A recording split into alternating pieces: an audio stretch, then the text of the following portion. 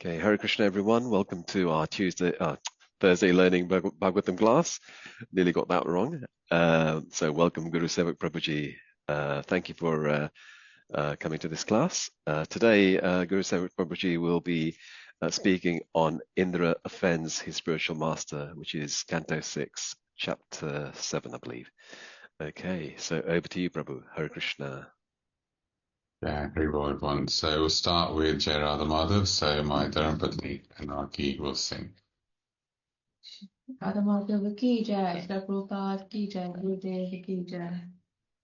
Jai Radha Madhava Kunja Bihari. Jai Radha Madhava Kunja Bihari. Jai Gopi Jana Vallabha Girivaradhari. Jai Gopi Jana Vallabha Girivaradhari. Yashodanandana Brajajanarandana. Yashodanandana Brajajanarandana. Yamuna Tira Vanachari. Yamuna Tira Vanachari. Radha Madhava Kunja Bihari. Radha Madhava Kunja Bihari. Hare Krishna, Krishna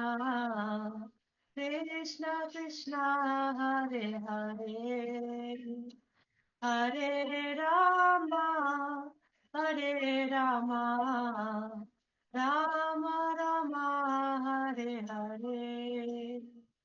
Hare Krishna,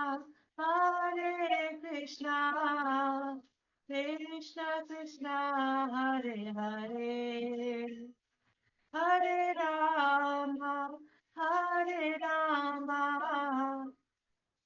Rama Rama, Hare Hare. Hare Krishna, Krishna Krishna, Hare Hare, Hare Rama, Rama Rama, Hare Hare. Jai Radha Madhava, Radha Madhava Radhe. Jai Mayapur Dham Jaya, Mayapur Dham Jaya, Mayapur Dham Jaya, Mayapur Dham. Jai Panchatattva Jaya, Panchatattva Jaya, Panchatattva Jaya, Panchatattva. Jai Sachinandana Jaya, Nitai Chan Jaya, Sachinandana Jaya, Nitai Chan. Prabhupada, Prabhupada, Prabhupada, Prabhupada. Gurudev, Gurudev, Gurudev, Gurudev. Nitya Gaura Hari Bol, Hari Bol. Hari Bol, Nitya Gaura Hari Bol. Hari Bol, Hari Bol, Hari Bol, Hari Bol. Hari Bol, Hari Bol, Hari Bol, Hari Bol.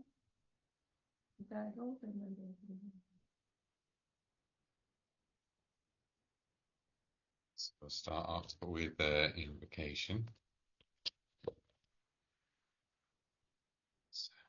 Om Namo Bhagavate Vasudevaya.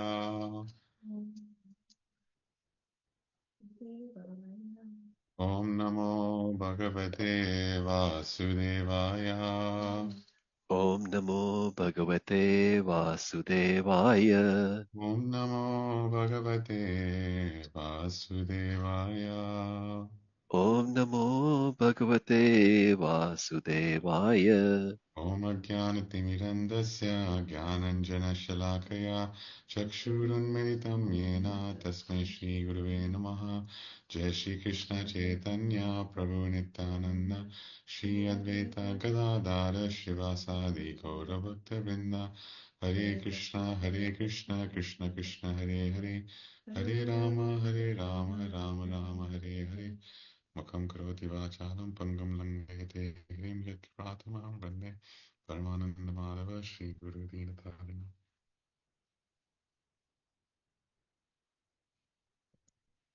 Yeah, so Haribol everyone. Welcome to today's class. So this is Srimad Bhagavatam, Canto 6, Chapter 7. So this is a very important chapter of Srimad Bhagavatam, and the summary of it is the time when Lord Indra offended Bṛhaspati, his spiritual master, who then disappeared, and he had to take another guru on the advice of Lord Brahma. So Maharaj Parikshit was telling Sukadeva Goswami, and he asked actually Sukadeva Goswami, why did the spiritual master of the demigods, Bṛhaspati, reject the demigods, who were his own disciples? What offense did the demigods commit against their spiritual master? Please describe to me this incident. So Sukadeva Goswami said, O king, once upon a time, the king of heaven, Indra, being extremely proud of his great opulence of the three worlds, transgressed the law of Vedic etiquette. So this is one thing which is sometimes lost on devotees. Devotees think if I chant my 16 rounds, if I'm following the 4 regulative principles, that's it. I've done my job as a Vaishnava. But they forget there are etiquettes to dealing with other Vaishnavas and seniors and superiors.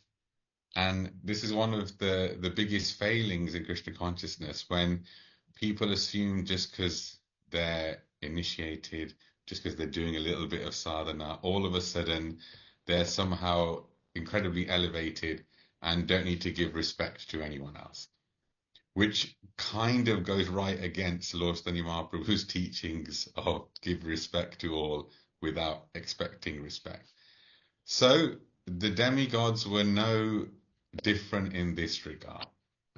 And this actually happened because Indra was very proud of his great opulence of the three worlds. So he's sitting on his throne and he's surrounded by all different kinds of demigods. They're listed as the Marutas, the Vasus, the Rudras, the Adityas, Ribhus, Vishwadevas, Sadyas, Ashwini Kumars, Gandharvas, also great saintly people. So he's seated on the throne, so he's the king. And they're all offering Indra their respects and services. There's dancing going on, the Apsaras are dancing, the Gandharvas are singing, and Indra's being fanned very nicely. So you can imagine he's receiving a lot of respect from all the demigods. And he's sitting there with his Dharmapatni, Sachi Devi. And his spiritual master, Bṛhaspati, entered the assembly. Now, when the spiritual master enters the assembly, you're supposed to rise from your seat, give him respect, and then take your seat. In fact, many times when the guru comes in, the monarch will give the throne that he's actually sitting on to his spiritual master.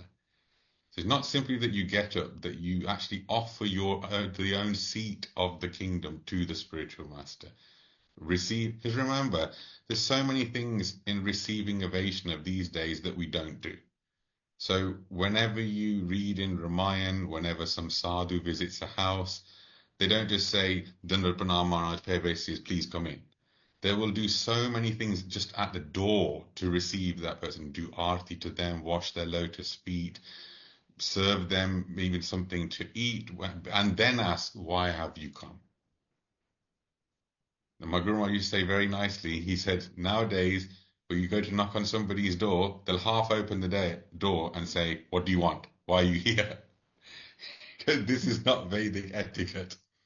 So, Bṛhaspati had appeared in that assembly, and Indra, it says, nevertheless, although Indra saw his spiritual master before him, he did not rise from his own seat, or even offer a seat to his spiritual master, nor did Indra offer him a respectful welcome. Indra did nothing to show him respect. So you see how big an offense this is. So many things that he should have done, he did not do. So he said, Bṛhaspati knew everything that would happen in the future. Seeing Indra's transgression of etiquette, he completely understood that Indra was puffed up by his material opulence. Although he's able to curse Indra, he did not do so. Instead, he left the assembly and in silence returned to his home. So Bṛhaspati is an incredibly powerful Brahman. He could even curse him, but he didn't. Indra, the king of heaven, then immediately understood his mistake. Realizing he had disrespected his spiritual master, he condemned himself in the presence of all members of the ceremony. Alas, what a regrettable deed I have committed, because of my lack of intelligence and my pride in material opulences. I failed to show respect to my spiritual master when he entered this assembly, and thus I have insulted him. Although I am the king of the demigods who are situated in the mode of goodness, I was proud of a little opulence and polluted by false ego. Under the circumstances, who in this world would accept such riches at the risk of falling down? Alas, I condemn my wealth and opulence. So Srila Prabhupada writes in the purport very nicely, according to the laws of nature, when one's extremely opulent, one becomes degraded. This is true both individually and collectively. So you can see extreme opulence makes one degraded. So you can apply this directly to us as devotees. Let's say, for example, you say, well, how does this apply to me? Well, let's say we're chasing opulence like anything. First thing, that will degrade you because you're going to be constantly engaged to try and raise money. So it's going to eat up a lot of your time. Then once you get that wealth, what are you going to try and do with it? You're going to try and enjoy yourself. So you engage in sense gratification, which is the opposite of self-realization. So you become even more degraded. And then, just like Indra here, he ends up disrespecting his spiritual master or spiritual persons. So this is a natural thing that happens. And you might think, oh, well, it's maybe the devotee is not in the mode of goodness enough. Prabhupada writes here, the demigods are situated in the mode of goodness, but sometimes even one who is situated in such an exalted position as King Indra, king of all the demigods, falls down because of material opulence. And Srila Prabhupada mentions that we're now seeing that in America. Even though America's got such material opulence, they are not actually trying to produce ideal human beings. They're simply trying to become wealthy. And it said, Srila Prabhupada says, that individually and collectively, they try to enjoy so-called material comforts, and they become addicted to wine and women. Men produced in such a society are less than fourth class. They are the unwanted population known as Varnashankara. And Bhagavad Gita says an increase of Varnashankara population creates a hellish society. And we're seeing that nowadays. So Prabhupada actually says, though, fortunately, the Hare Krishna movement has come to America, and many fortunate young men are giving serious attention to this movement, which is creating an ideal class of men of first character, who refrain from meat-eating, illicit sex, intoxication, and gambling. So carry on with the actual kata. So Indra says, if a person says one who is situated on the exalted throne of a king should not stand up to show respect to another king or Brahmin, it is to be understood that he does not know the superior religious principles. So Vishwanath Chakravarti Thakur says that when a president or king is sitting on his throne, he doesn't actually need to show respect to anyone who comes within his assembly. But he must show respect to seniors like his spiritual master, the Brahmins and the Vaishnavas. And there are many examples of this. Krishna himself, when he was sitting on his throne, Narad Muni entered the assembly. Krishna immediately stood up with his officers and ministers to offer respectful obeisances to Narad Muni. Narad Muni knew Krishna was the Supreme Personality of Godhead, and Krishna knew that Narad Muni was his devotee and knew that he was the Supreme Personality of Godhead. But Krishna still did that to set the standard.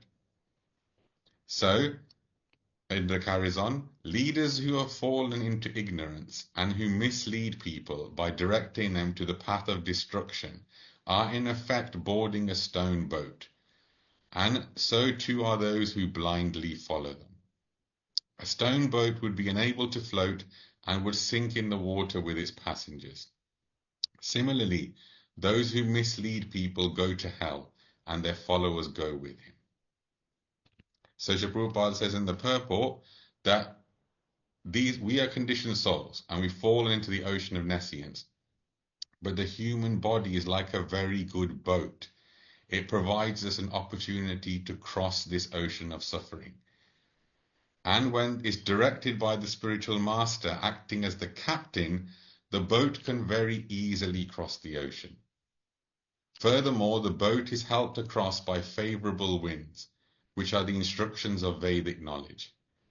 If one does not take advantage of all these facilities to cross the ocean of nescience, he is certainly committing suicide. I gave an example once that I come up with, that imagine you're stranded on a desert island. There's nothing there, very harsh conditions, very extremely difficult to live. And you want to escape. And you happen to find a nice yacht docked there.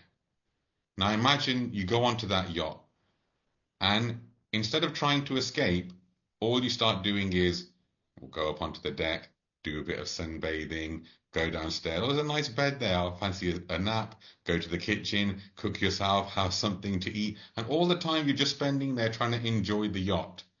Not understanding you're trying to get off this island. The boat is there for something. It's designed to take you across the ocean back to your home.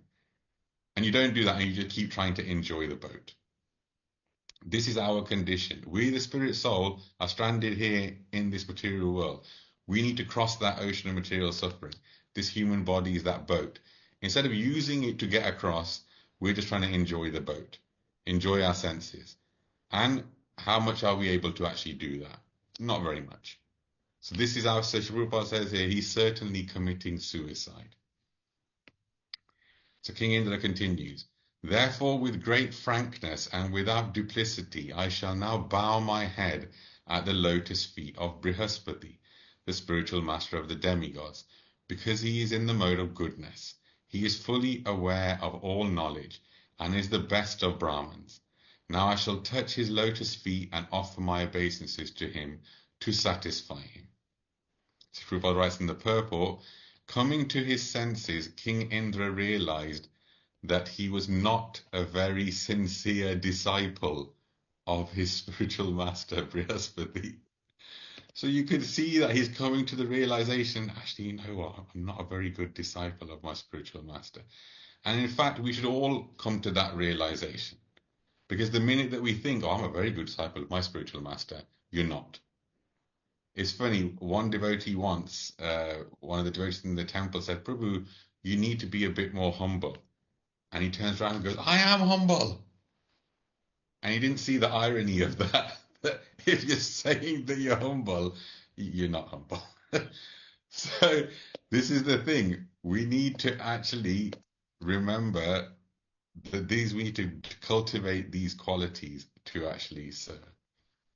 So, coming to his senses, Indra realized he's not a very sincere disciple of a spiritual master.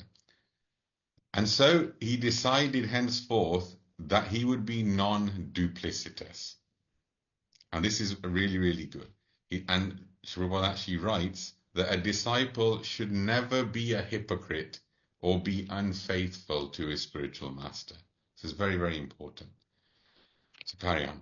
While Indra, the king of the demigods, thought in this way and repented in his own assembly, Bṛhaspati, the most powerful spiritual master, understood his mind.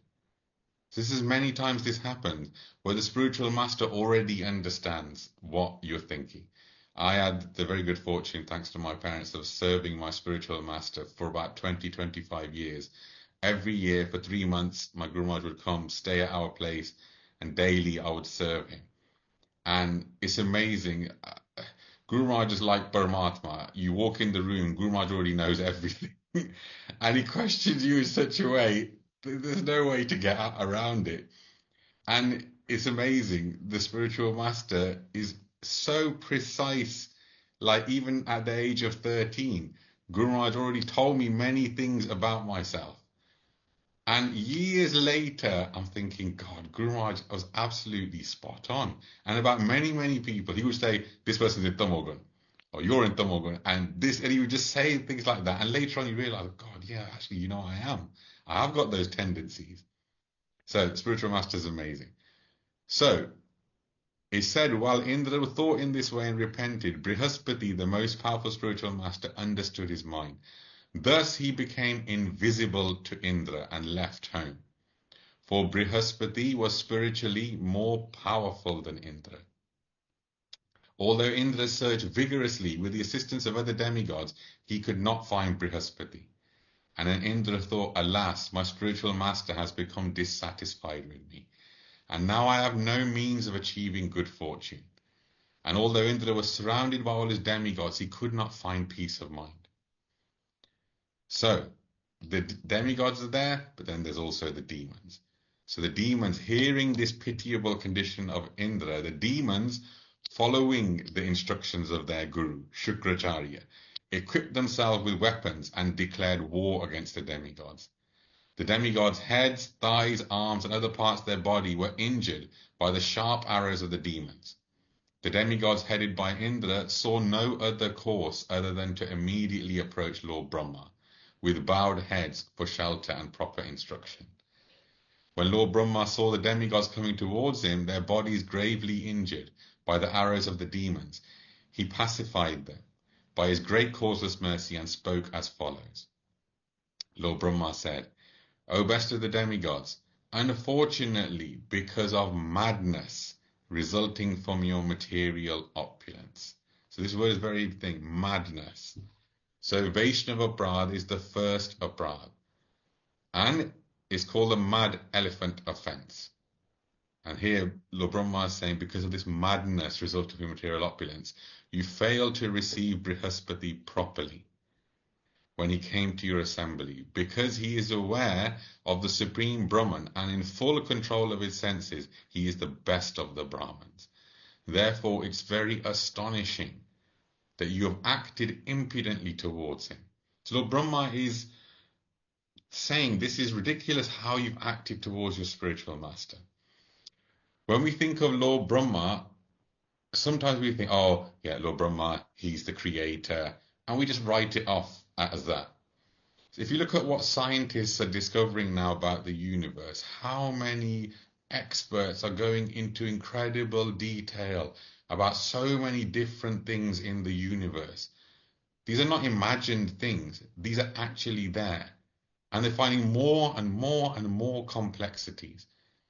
And in Srimad Bhagavatam, I was reading the other day, it actually said, Paramatma, Lord Vishnu, gave Lord Brahma such intelligence, such incredible intelligence, that his intelligence makes him almost independent of the Supreme Lord. That's how clever Lord Brahma is. He is so clever, his intelligence makes him almost independent of the Lord, which none of us are. So Lord Brahma has got so vast intelligence, he's able to create the material universe with all of its complexities. So Lord Brahma is the most knowledgeable, so he's astonished that the demigods have acted like this. And it said, Sri Prabhupada writes, Lord Brahma chastised the demigods for not properly respecting this Brahman who was their guru.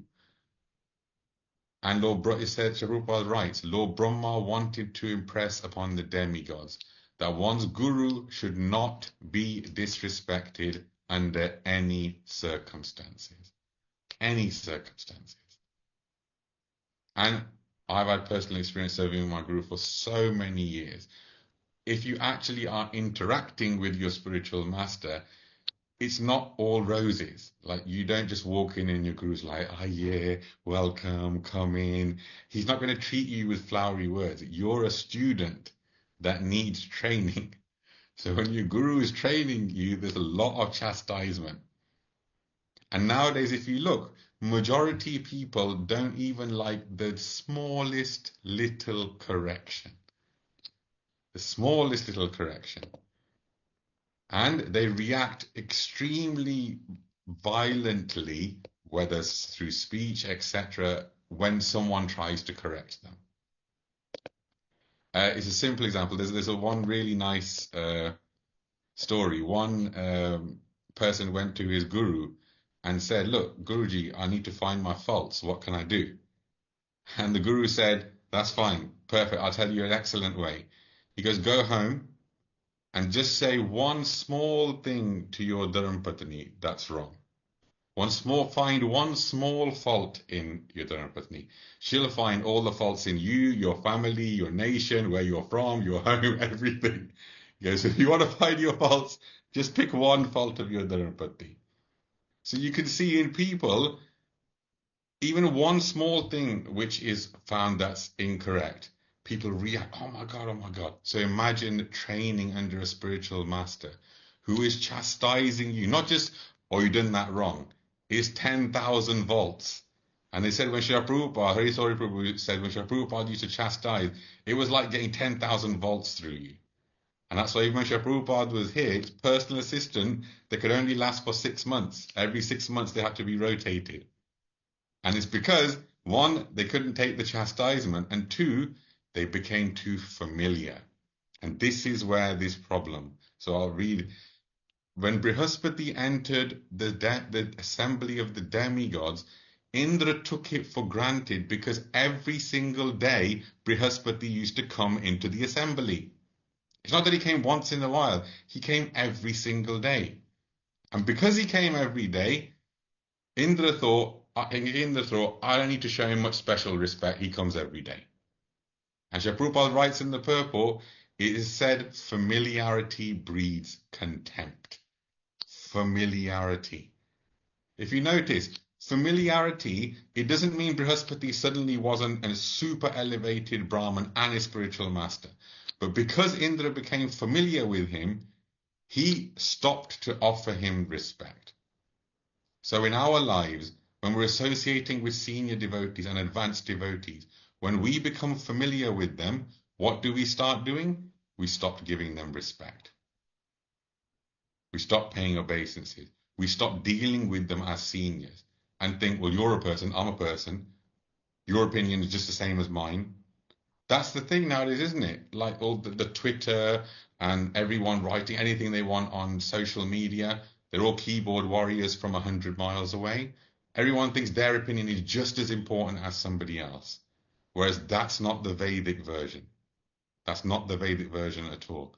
If someone is superior spiritually, their opinion counts for more than yours because it's backed by Guru Sadhu Shastra. So, I read about this many, many years ago. So this is going about 10, 15 years ago now, while I was in the service of my spiritual master. And myself and Sandeepani, when we must have been 17, 18 years old, so a long time ago. We went to the manor and we were sitting in the temple room. Loads of people were there because Shiva Maharaj was due to come to do a kirtan. And one thing I noticed in the manor, there's so many sannyasis going around, and whenever we would see a sannyasi, because we were trained by a spiritual master, we would immediately pay obeisances. And my observation was that hardly anyone else would pay obeisances to a sannyasi when they saw them. Why? Because they would see the sannyasi every day. Oh, there's always a sannyasi walking around here. Oh, he lives here. And so what happened? Familiarity breeds contempt. They weren't showing respect. So we went into the temple room, and Shiva Maharaj came into the temple room, full temple room, to do his kirtan. And immediately myself and Sandeepani stood up. And everyone seeing us standing up, they all stood up. And Shiva Maharaj saw this, and he walked to the front and goes, well, that's different.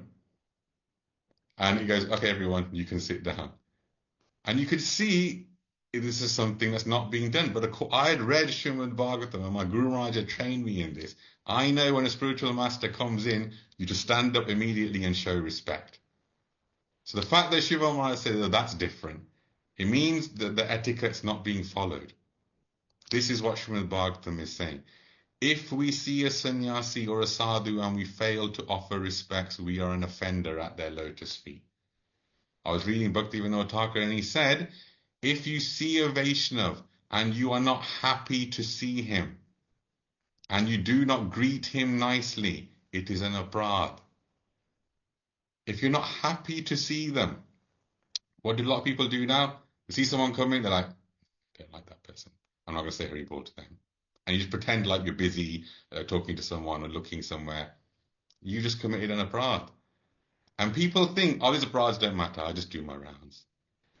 I was saying to someone today, I said, out of the 10 offenses, why is it that the first offense is to blaspheme a devotee who has dedicated his life to serving and propagating the holy name of the Lord? Why is that number one?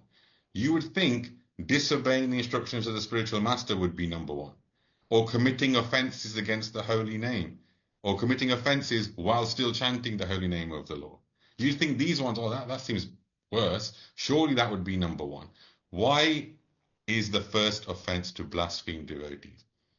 Because in Kali Yuga, this is the age of quarrel. This is the age of hypocrisy and criticism. This is the main thing that we do nowadays. Everyone is talking about everyone. So we end up committing a aparadh like this.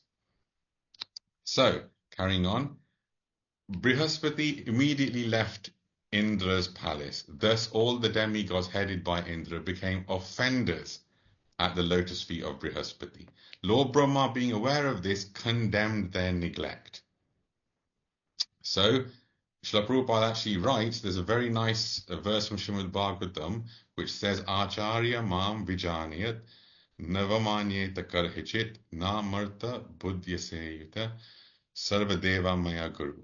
That the Acharya, Lord Krishna says, is like my very self. That he should never be offered disrespect. He goes, he is actually the representative of all the demigods. So Lord Brahma continued, because of your misbehavior towards Bṛhaspati, you have been defeated by the demons.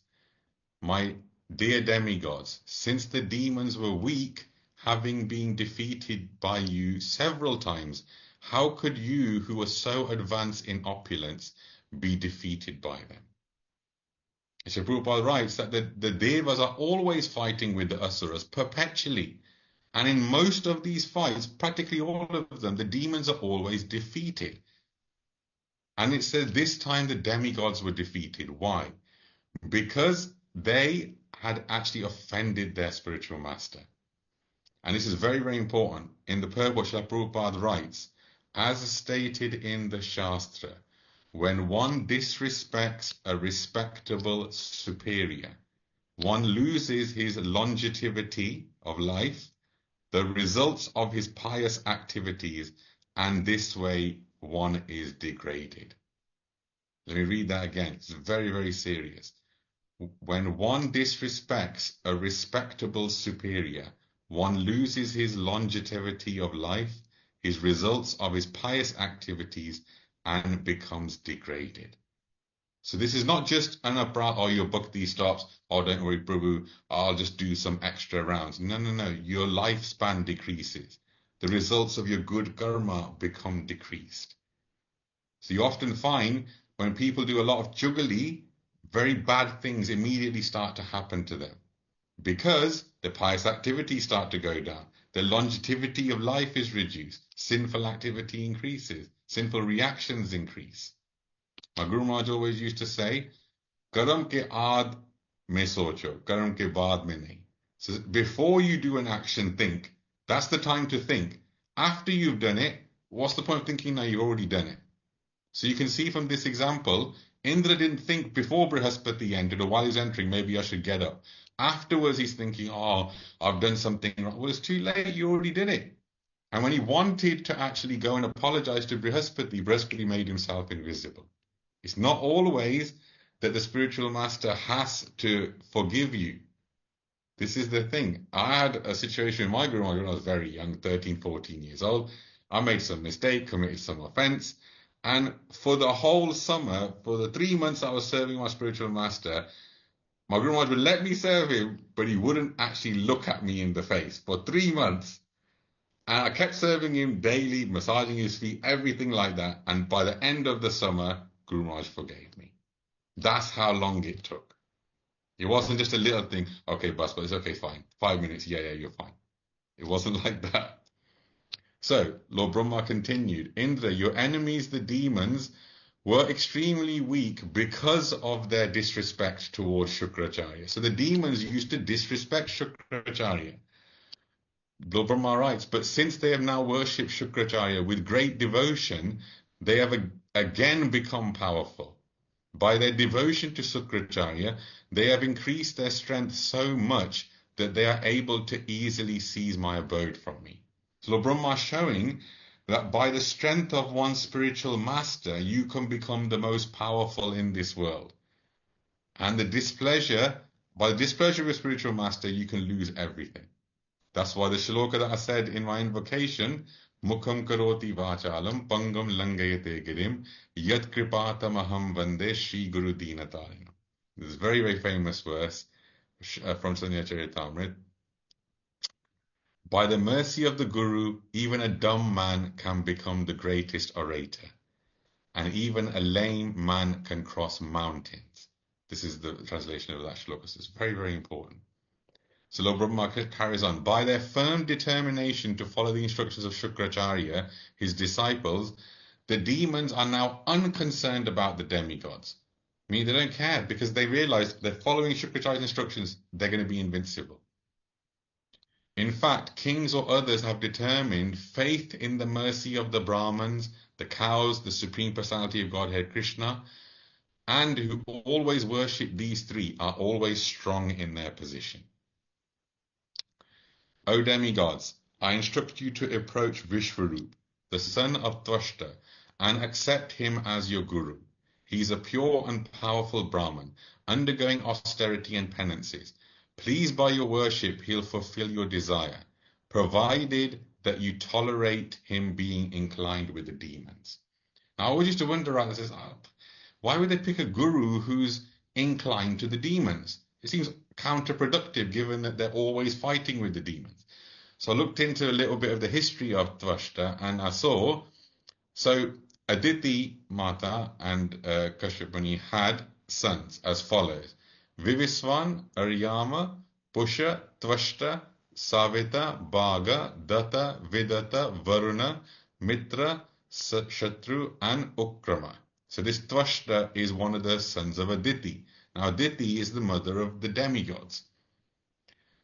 So Rachana, the daughter of the Daityas, became the wife of Prajapati Tvashta. So this Tvashta, who's one of the sons of Aditi, who's brother to the demigods, had a wife who was the daughter of the Daityas.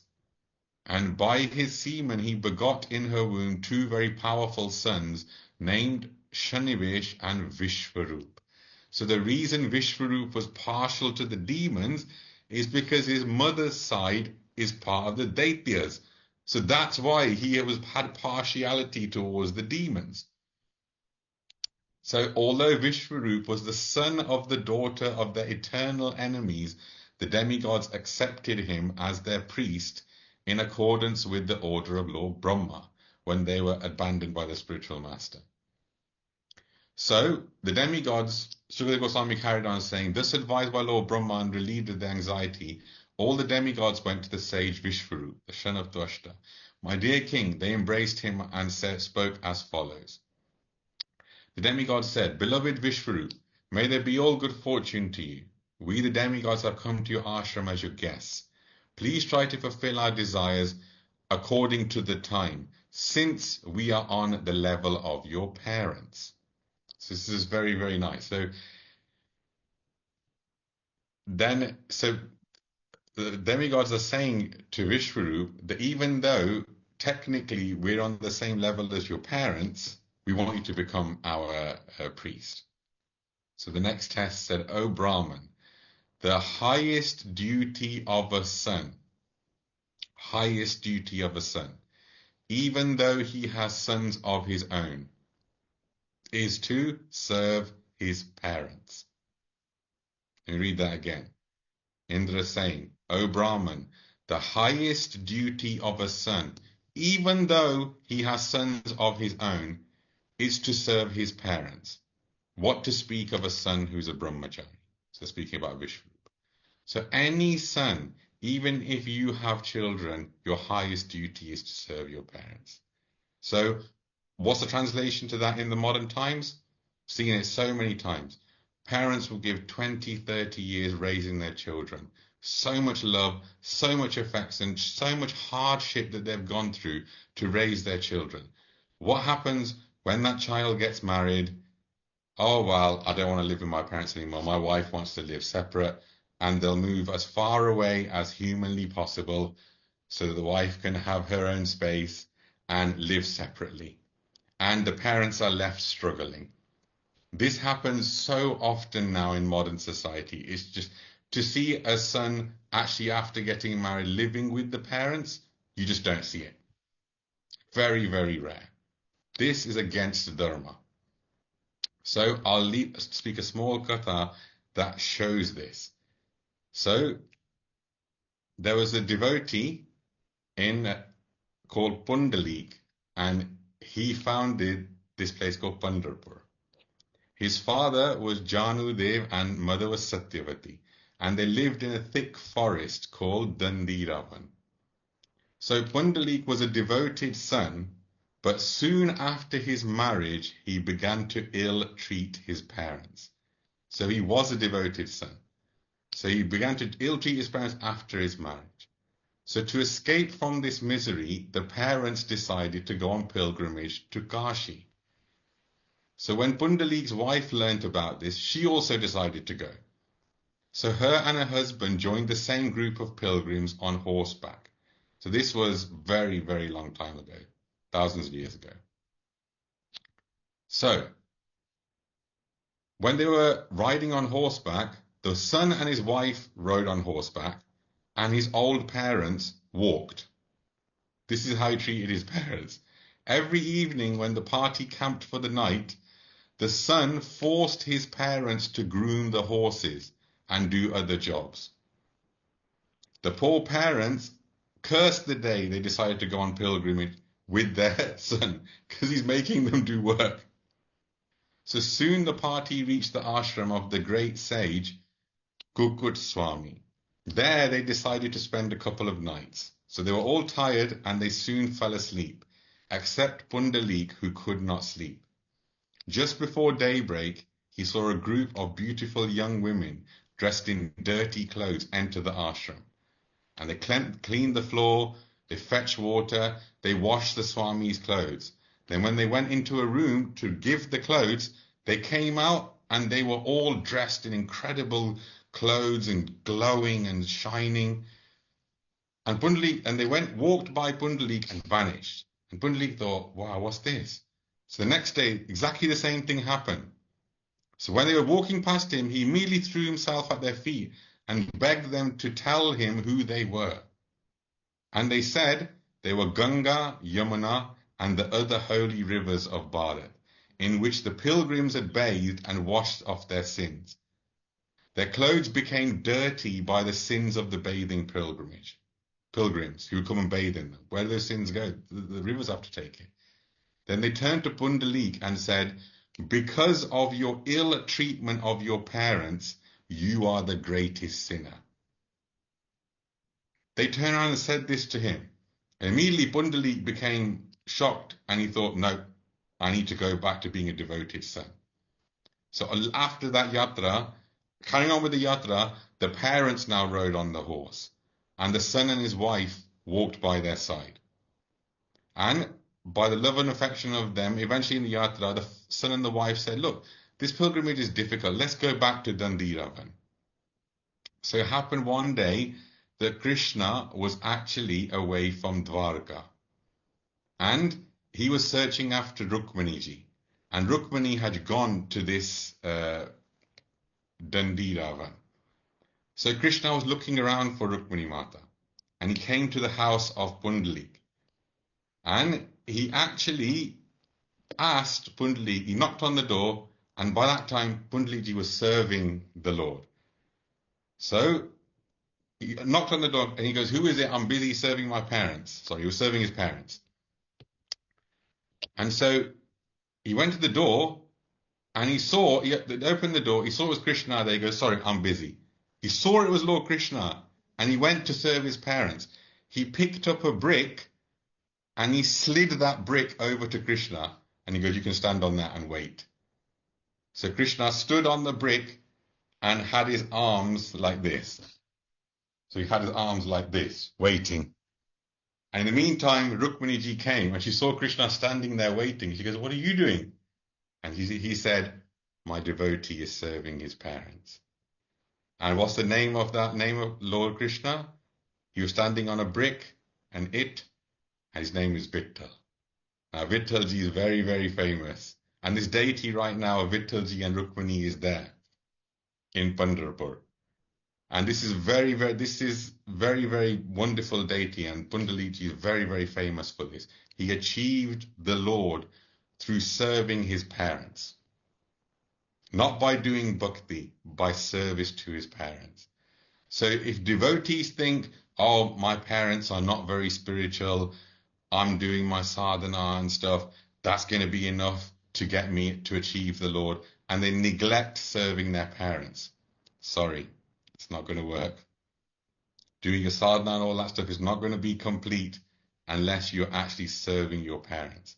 And there's an actual katha. So just to finish off this katha, so it seems like an odd thing, doesn't it?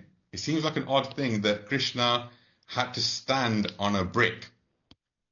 And the first time I heard this, I thought, this is really strange. Like, it's a wonderful katha, but why a brick? So it said that Pundalik in his previous life was the famous king Muchukund, who's mentioned in Srimad Bhagavatam and was blessed to sleep for a long time in a secluded cave. The brick given by Pundalik to Lord Krishna is not an ordinary brick, but King Indra himself. So long ago, it's going to happen later on in Srimad Bhagavatam, there's a demon named Vritasur who was killed by Indra's Vajra. While dying, the demon cursed Indra to become a brick. However, Indra was told that he will be freed from that curse when Lord Krishna stands on that brick. So it so happened that Indra came incarnated as a brick in the house of Pundalik. And when Pundalik threw that brick and Krishna stood on it, Indra became released from that. So it's incredible. So this shows you the mercy of the Lord. He can fulfill so many aims in one. And back to service to the parents. I remember reading in Srimad Bhagavatam, when Krishna and Balaram came to release Vasudeva and Devaki from the prison, Krishna relented and said to Vasudeva and Devaki, sorry, I haven't been here to serve you. And in the purport, I'll never forget it, Srila Prabhupada writes, even if one happens to be the Supreme Personality of Godhead, you still have a duty to serve your parents. Srila Prabhupada wrote that in the purport. Even if you are the Supreme Personality of Godhead, you still have a duty to serve your parents. So don't us devotees have that duty? Are we superior to Krishna and Balaram? No. You're just kidding yourself. You're fooling yourself. You should see the Supreme Lord in your parents and serve them, even if they're not devotees. It is your duty. Okay, so carrying on. So we've only got 10 minutes left, so I'll try and wrap up. So Vishwarupji is talking. Vishwarupji is talking, and he said that Acharya, the spiritual master, who teaches all the Vedic knowledge and gives initiation by offering the sacred thread, is the personification of all the Vedas. Similarly, a father personifies Lord Brahma, a brother King Indra, a mother the planet Earth, and a sister Mercy. A guest personifies religious principles, an invited guest personifies the demigod Agni, and all the living entities personify Lord Vishnu, the Supreme Personality of Godhead. So this is demigods talking, sorry. So they're saying to Vishvarup, dear son, we have been defeated by our enemies, and therefore we are very much aggrieved.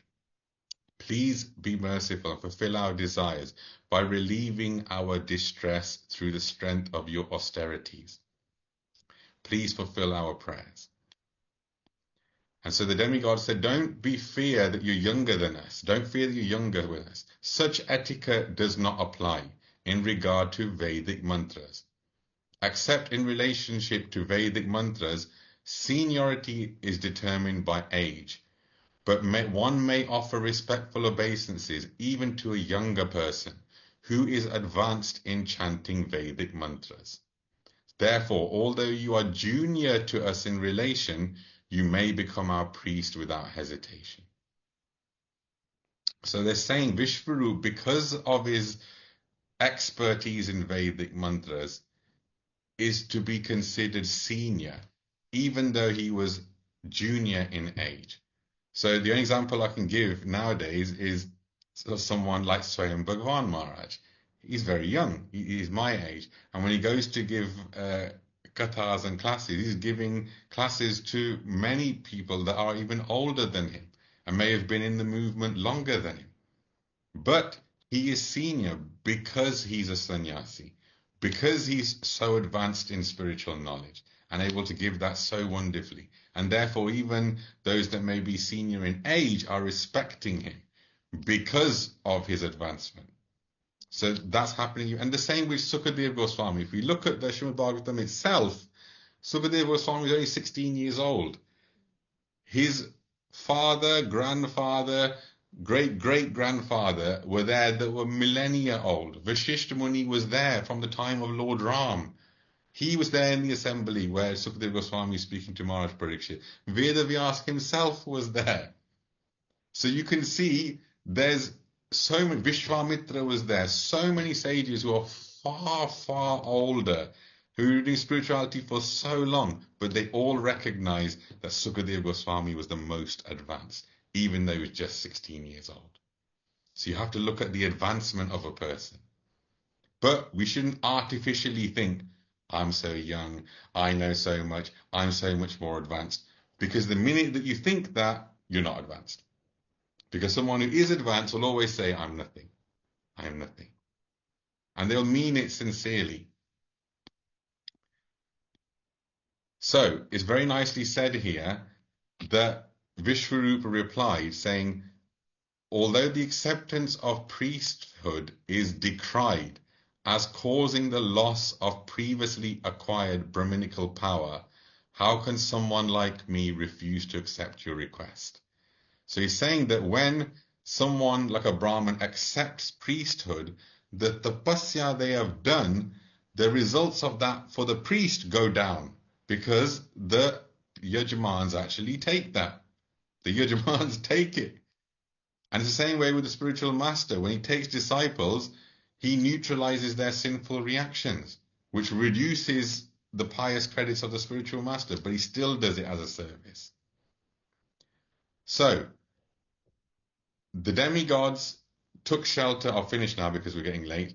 The demigods took shelter of Vishvarup. And it says here at the end, the opulence of the demons, who are generally known as the enemy of the demigods, who was protected by the talents and tactics of Shukracharya. But Vishvarup, who was the most powerful, composed a protective prayer known as the Narayana Kavach. By this intelligent mantra, he took away the opulence of the demons and gave it to Mahendra, the king of heaven. So this Narayana Kavach is the next chapter, which Haridas Prabhu will cover next week. So I'd like to draw it to a close there. If you've got any questions, I'll take any questions. Okay, thank you very much, Prabhu. Such a fantastic class as always. Thank you so much. We've got Renuka Prabhuji or Mataji, sorry. Would you like to ask your Hare, question? Mataji, yes. thank you. Hare Krishna Prabhuji, Dandavat Pranam. Pancha Kalpatarubhyasya Kripa Sindhubhaiva Cha Patitanam Pavanebhyo Vaishnavebhyo Namo Namah. Prabhuji, my question is, how do we get to know that Srimad Bhagavatam is actually reciprocating to us, or how do we inculcate that in our lives? Thank you. Well, the first thing is you have to actually read it. So it's not going to do anything if it's just on the shelf. So by reading Srimad Bhagavatam, it's amazing. It's happened to me so many times I can't even count. Things that you're going through in your life or spiritual questions that you're thinking about, as you read, you will find them being answered just at the right time by that day you happen to pick up and open a book. And the main thing is just to keep reading and hearing Srimad Bhagavatam, and you'll see it reciprocating. It's not going to reciprocate if you don't pick up the book. Krishna says, Ye tamam prapadyante tam stateva bhajamiham. That as you take one step towards me, look, Krishna says he takes 10 steps. Okay. So what was that? Despite reading, what do you mean? So just in case if we read several times, there's a time when it comes like, we're actually in the rush of that Srimad Bhagavatam. But when do we actually get to know that? Like, that's the point. When do you get to know that you're in the rasa, There, Srimad there, Bhagavatam? there. Well, rasa means taste, yeah? So Yes. you'll understand that you're enjoying Srimad Bhagavatam when you're actually enjoying it, when you read it. Because the main thing is, it's not enough just to read it and say, oh, that was very nice. You have to read and then meditate on what you've read. You have to get realizations from what you've read. And as the Ramendra Prabhu says, you can always join the Learning Bhagavatam group.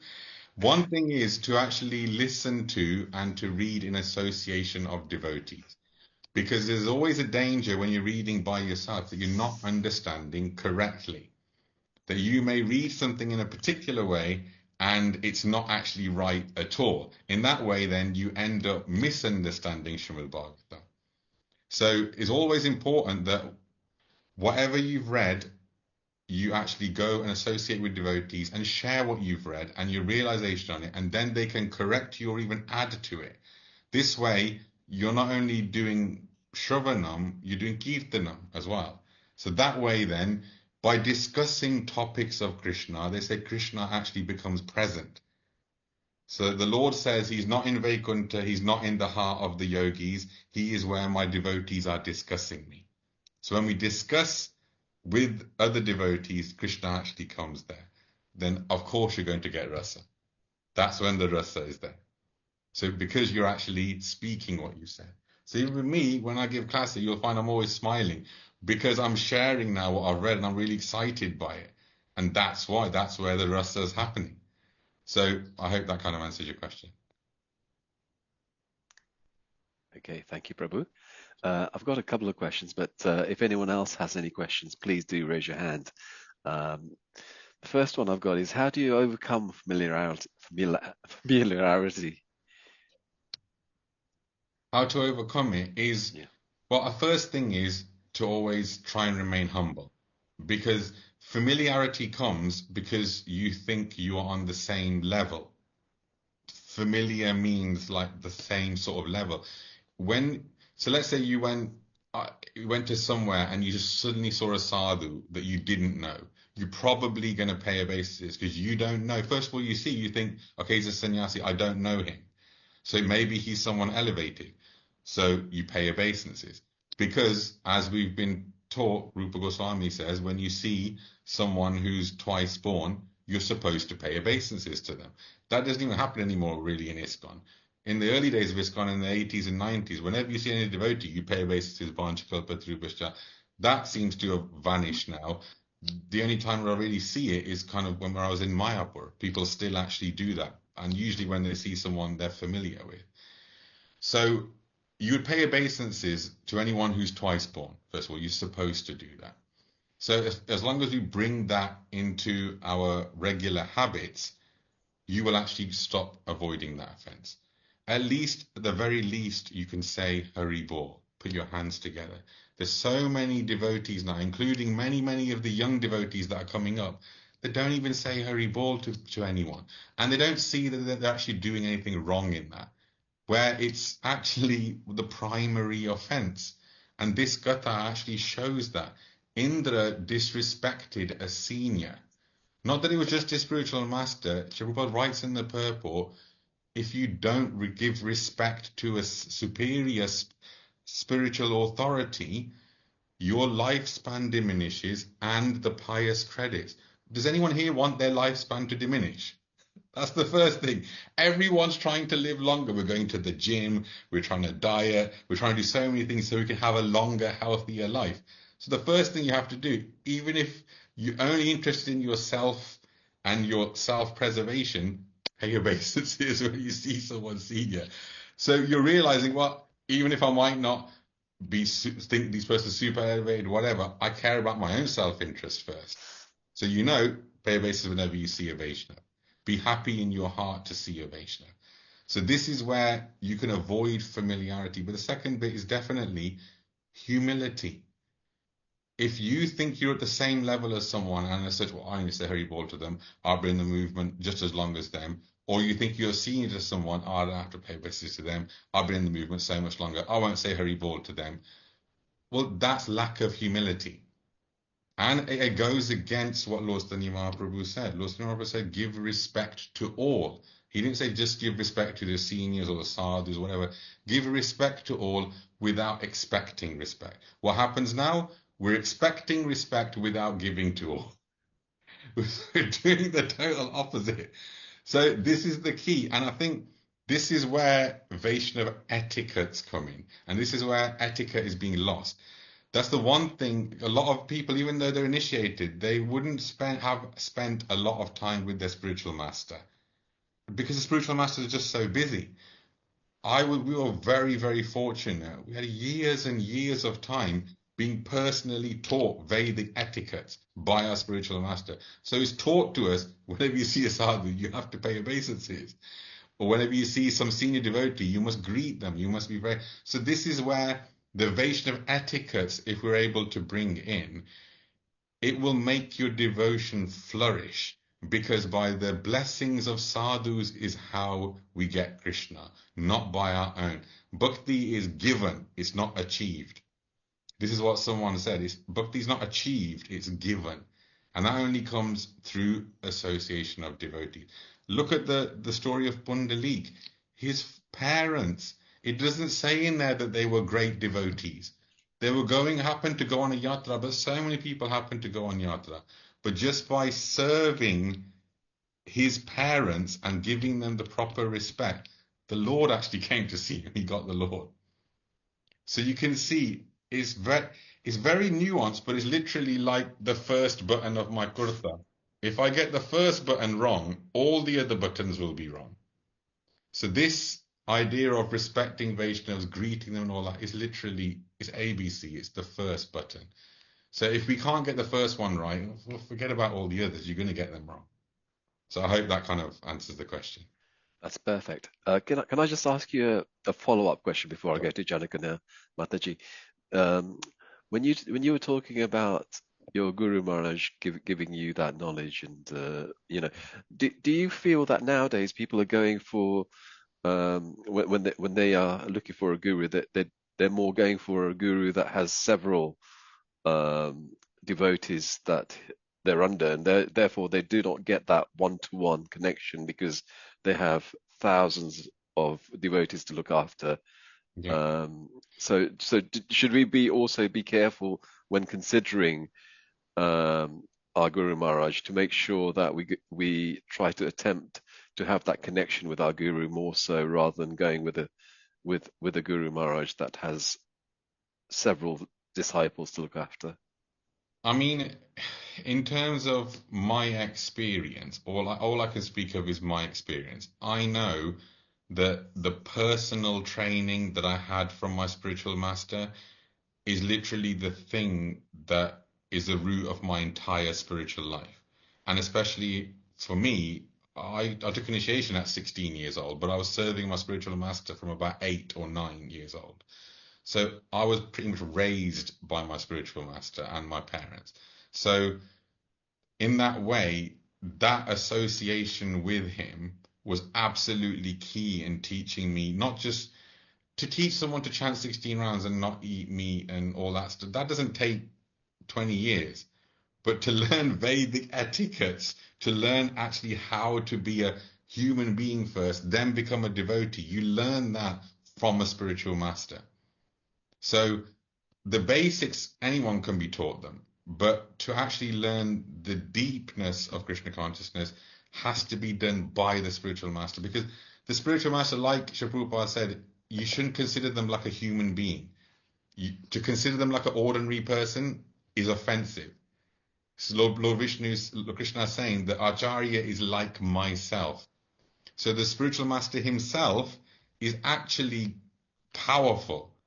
He's spiritually advanced, but that gives him spiritual insight, which means he can tell what mode you're in. He can tell what kind of disciple you are, and to see exactly where you need correcting.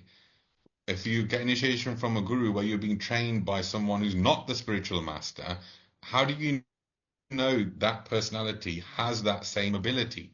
Because ultimately people get impressed by the spiritual master. That's why they take initiation. And it's said that you should check 1,000 times, is this person the right spiritual master for me? And that's one of the things that you have to look at. How much association am I actually going to get? Because my Guru Maharaj used to say, he goes, reading from a book is very nice, but a book's not going to come and slap you when you do something wrong. The spiritual master, listening to classes online is wonderful, but that's not going to say, hey, Gurusevak, you're doing this wrong. Your daily have to do like this. Because it's like literally learning from a book or learning from a teacher. And this is the biggest difference. My father will tell you something next week in his class on Narayan Kavach, which perfectly will illustrate the need of a spiritual master. But I'll save it for then. It's very, very funny and it's very apt. But believe me, you cannot learn everything just from reading a book. And you might think, well, surely I can. Okay, fine. So would you get an operation done from a surgeon who's never done any surgery before, but he's read all the books? The answer is, of course you wouldn't, because he has no experience. And you think you might have read the books, but I don't trust you to do any of it. So it's like that. Knowledge is useful, but realized knowledge is that's taught to you and that you actually practically know how to use. Otherwise, it's kind of great, you know it, but not particularly useful. Okay, thank you so much, Prabhu. That was fantastic. Sorry to keep you waiting, Janikanya Mataji. Hare Krishna, Prabhu. It's such a joy to listen to you. There are amazing, rich points in your talk, and it's a joy to watch you presenting in such joyful mood. I really enjoy it. Thank you. Come again soon. I'm just thinking about the breathing familiarity, just what the Mataji asked. It plays out itself in the manner with our young Swami. We are so familiar with him, and he mixes very, very easily amongst everybody. He's always around, coming to see us, talk to us, and he draws the young crowd a lot. People don't seem to do the obeisances that they do when people come from abroad, the swamis that come from abroad.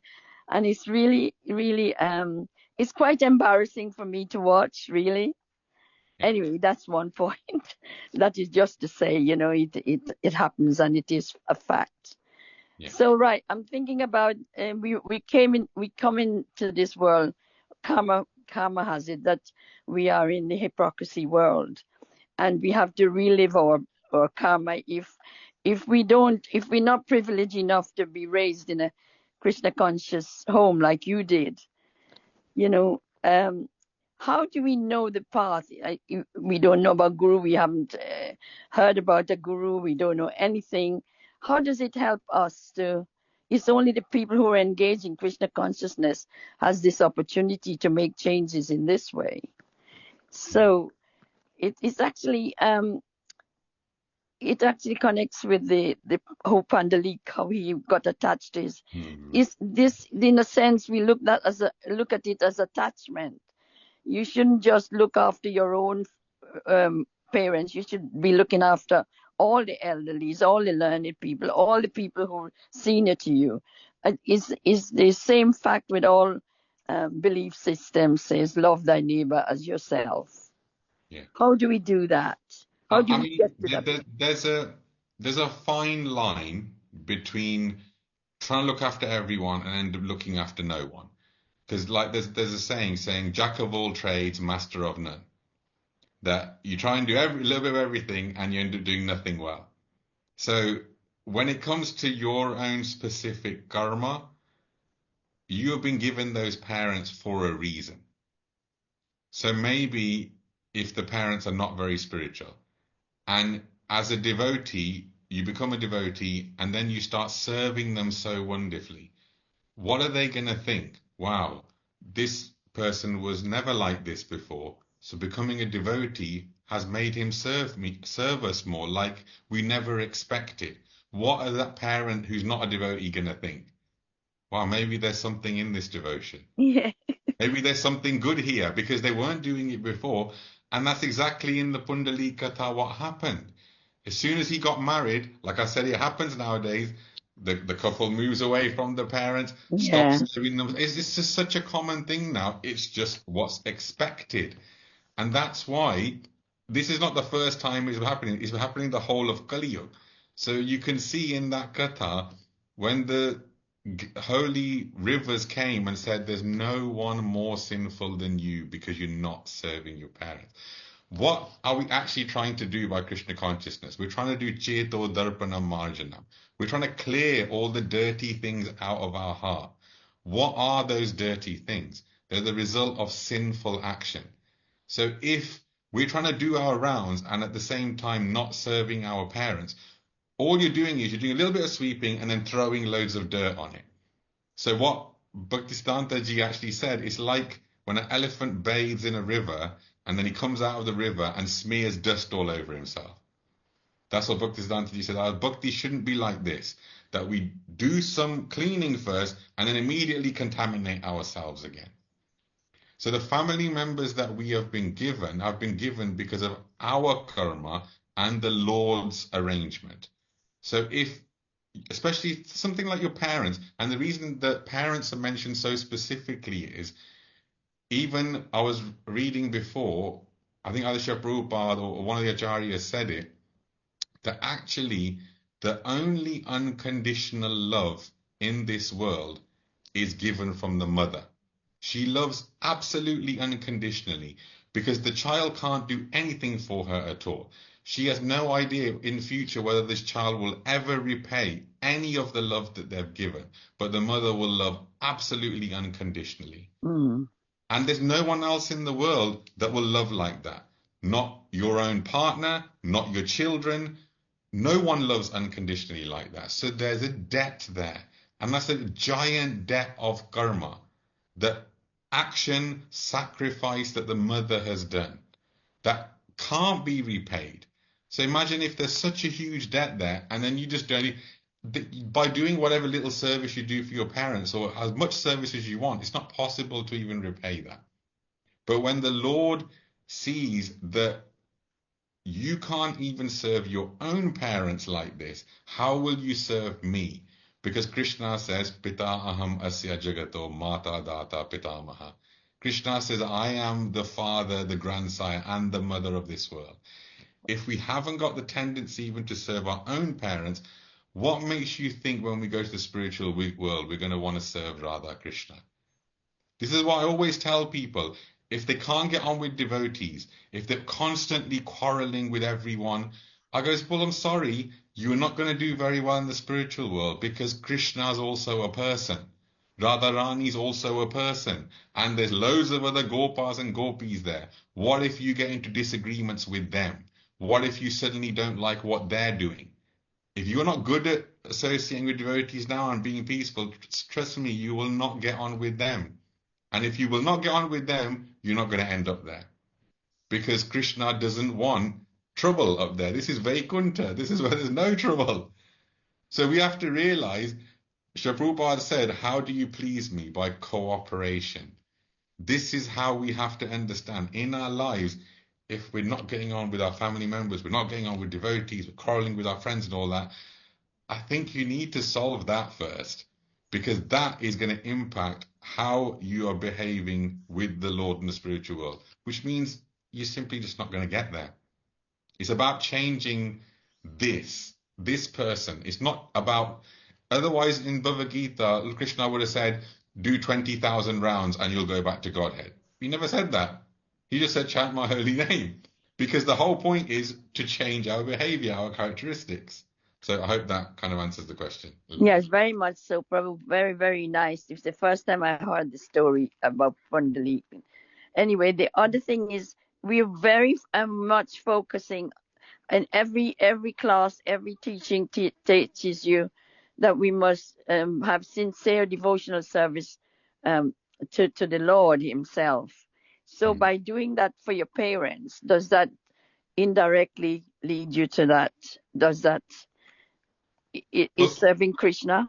It is, because you're serving your parents and understanding that Paramatma, the Lord, is inside them. So you're both serving your parents and serving the Lord inside. One sadhu said very nicely, we're very happy to go to the temples that we create, the buildings, and worship the deity in there. But these bodies that are walking around, these are temples created by the Lord, because Paramatma is in our heart as well. So these bodies are like a temple. We'll happily go to the temple and serve there, but we don't want to serve our fellow man who are like temples of the Lord, because the Lord is residing in their heart. So if we see like that and we realize we're serving this person, but I'm also serving the Lord in the heart, that way that is considered devotional service. Excellent. Thank you, Prabhu. With that knowledge. Thank you so much. Haribol. Okay, thank you, Prabhu. Thank you, Mataji, for that question. Geeta Gawan, Mataji, would you like to ask your question, please? Hare Krishna, Prabhuji. Thank you. Thank you for the wonderful class. I have a couple of one question related to so many things. I don't have both my parents, and because I don't have, I always pray for all my ancestors and my parents especially. Will that be enough? And with my Diksha Guru, we do not have any such kind of a personal contact where we can serve Guru Maharaj. And what will happen? I just try to read his books and listen to the lectures, and then offer some Lakshmi during whenever there is a need, and Vyasa Puja and things like that. I don't know anything else what I can do. How do I serve my Guru? Very nice questions. So the first instance, if your parents are no longer here, you can do spirituality and do your rounds, do your mala, and then just offer some of them to your parents. The results of some of them you can give to your parents, and pray for their welfare to the Lord. Pray that they get elevated to Vaikuntha, that they're born as devotees in the next life. However it is that you want to pray, do your sadhana and give some results to them. Because they say that in any ancestry or any particular lineage, if one person becomes a pure devotee, you will deliver 14 generations up and down. So 14 generations of ancestors and then 14 going down. So this, if you become a very good devotee, pure devotee, you will deliver your ancestor. So if your parents aren't here, do your sadhana, everything very nicely, offer some of them to your parents to give them sukriti, to rise up, to go to Vaikuntha, etc. If they never did much devotion. If they're already very devotional, still give, it's fine. And in terms of your spiritual master situation, is your spiritual master still on the planet? Yes, Prabhuji, it is Srila Jayapataka Swami Guru Maharaj. Okay, so what I would recommend is try to meet your Guru Maharaj at least once a year. The Maharaj, Prabhuji, even when I went to Mayapur, even after going to the class, it is far too big group, Prabhuji. They won't allow us to see look, because of no, the health of Guru I know, Maharaj. I understand. I understand one-to-one. I'm just saying go physically, just even if you saw him in took darshan in the class, Okay. that's good enough. At least Okay, once a Prabhuji. year, make an effort to go and see him. Definitely give Guru Dakshina. That is a must. And the other thing is, my Guru Maharaj said once, he said, when was present here, he goes, when I'm here, that's Vapu. You can serve my body, you can serve me. He goes, but when I go, you will serve my Vani, meaning whatever I have said, if you follow that, you are serving me. Yes, So Prabhuji. Thank you. it means what you're doing is you're serving the mission of your spiritual master. So in Coventry, we celebrated Jayapataka Maharaj's Vyas Puja a couple of days ago. And Srila Prabhupada had told Jayapataka Maharaj he wanted him to distribute so many lakh of books every month. And he wanted to do all that. So that's the mission that one of the missions that Jayapataka Maharaj is doing. So it's saying serving your Guru Maharaj is actually serving his mission. So if his mission is to distribute so many books, if you go and try and distribute a few books a month, you are helping to serve the Guru's mission. And Jayapataka Maharaj even asked in his message that he sent out, he said, please help me to fulfill this order that Srila Prabhupada gave him. So you can still serve your spiritual master by serving his mission. Thank you, Prabhuji. That gave me a great relief. Thank you very much, Prabhuji. Humble. Thank you, Hari Bol. Okay, thank you, Mataji, for that wonderful question. Janakana Mataji, you've got another question, I believe. Oh, a very quick one, Prabhu. I know I realize the time. So when the Guru takes your sin, when you sin, it reduces his pious credit. So what happens to him then? Is he? Well, typically, what happens, and I saw this happen many times when my spiritual master would give initiations, he would actually fall ill the day after. It happened practically every single time. He would fall ill the day after because he's suffering the sinful reactions of the disciple. He himself is like a millionaire, so he's got crazy amounts of pious credits. So if you think about it, he's suffering a small amount because he's managed to neutralize so many, but he still suffers. I saw that every single time. The day after my Guru Maharaj would give initiations, he'd always fall ill. And I think, if I remember correctly, I heard that when Bhaktisiddhantaji took initiation from Guru Shodas Babaji Maharaj, there was no sin because Bhaktisiddhantaji is so incredible. There was no suffering for Guru Shodas Babaji Maharaj at all because Bhaktisiddhantaji is just next level. He's amazing. So obviously, depending on how many sins the Guru is having to take, he does end up suffering for the disciple physically. Yes, our Guru did suffer big time at a young age, and he left his body. I think all of us were sinners, obviously. We are. That's why we're here. Yeah, Hari Bol. Thank you. Okay, thank you so much. Can we kindly just unmute and say our 3 Hari Bols? Hari Bol! Hari Bol. Hari Bol. Hari Thank you, Okay, Prabhuji. That was a wonderful. sorry, can I just do a few announcements if that's okay? Very much for today. So first of all, this Sunday we've got Jai Shri Devi Mataji giving a class on deepening our connection with Srila Prabhupada. If you wish to join that, it's at 6 p.m. It's online. Please contact myself and I'll get you to join that class. I'll give you the various details for that. And next week, as you know, we've got none other than Haridas Prabhuji, who will be giving us a class on Narayan Kavach Shield. Okay, so please do join us for that. Thank you very much, Prabhu. Can we just finish off with the prayers, Mataji, if you want to finish that?